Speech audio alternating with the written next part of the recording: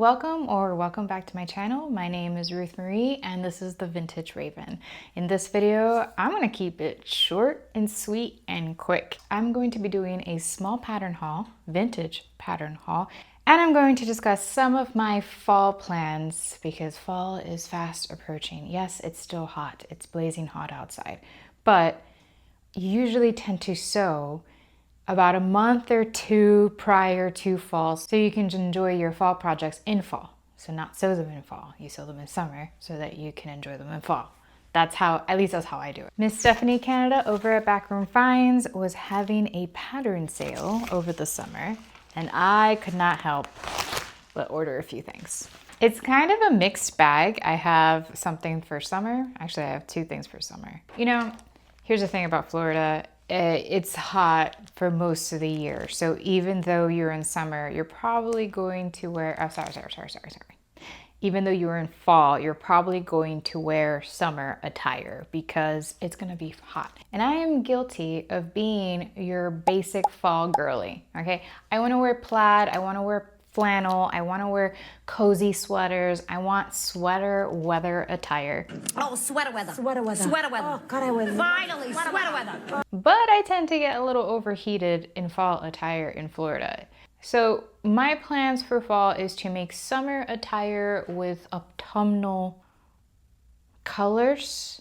So if you're thinking, you know, shackets, which are like shirt jackets, you know, plaid, flannels.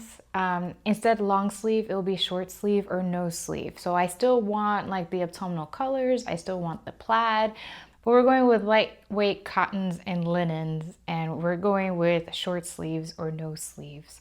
But let's get into the pattern haul.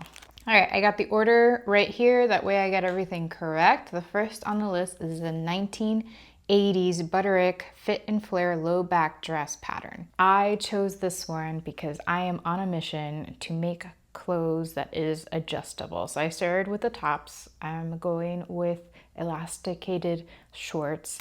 And now I want to add to the wardrobe dresses that are either made of a jersey material or are like, you know, you can tie it and adjust it to any size that you want. Number two, which is kind of out of order, I saw this super cute 1980s McCall's craft pattern, and I thought this would make a cute video of making like 1980s Halloween decoration. What's really funny about this is that there's 6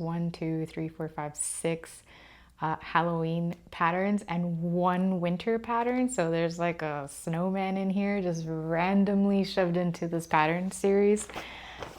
We've got, let's see, a snowman, a haunted house, pumpkin, like Halloween wreath, a ghost, a scarecrow. Yeah, there's a lot packed into this. I would like to make these pumpkins right here. Let's see if it focuses. It would make for a really cute pillow, just have pumpkins around the house. When it comes to Halloween, a lot of my decor tends to be very autumnal, pumpkin, kind of like pumpkin spice themed. But this year there'll be the added layer of Haunted Mansion as well. Third on my list is this 1990s Butterick scoop neck princess line pattern. Can you see that right there? I thought this would make a great standard pattern, and it comes with a wrap. This would make a very cute vacation dress. I feel like this is a classic and timeless cut. Even though this is from the 1990s, you can really style this for any era. If you do like a tiki outfit, you can do it for 80s, you can do it for 90s, you can do it for today. It's pretty much a classic basic look. And then the last pattern I got is a wedding dress pattern from the 1970s.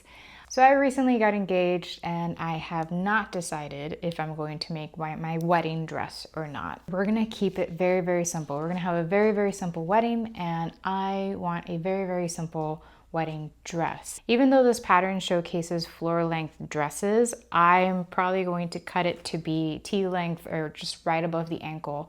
I'm not gonna have a floor length wedding dress. But the idea is to have a very basic scoop neck umpire base, and then the top portion, which showcases lace right here, would be like sparkles, you know, something shiny, something classy. No sleeves. That's the only thing about this pattern. I'm planning on no sleeves.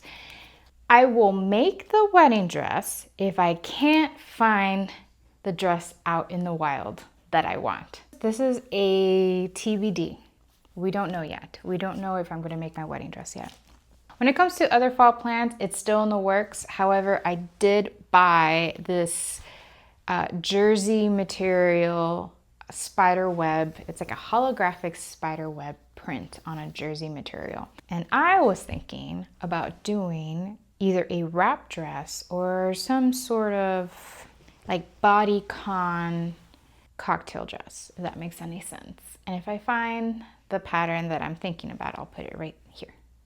The rest of my fall projects will consist of Fright Femme projects. If you do not know, for the last 3 years, I've been a part of a collaboration with Laura and Caro called Fright Femmes.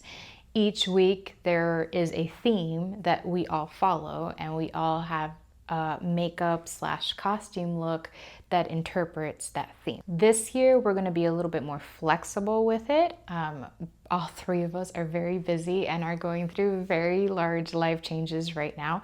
So we're going to kind of pick and choose which themes that we're going to participate in this year. Some of the themes will be around crafting, some of the themes will be around food, some of the themes will be around makeup. It's whatever we feel like our creative compass is pointing us to, rather than a rigid weekly prompt that we have to fulfill.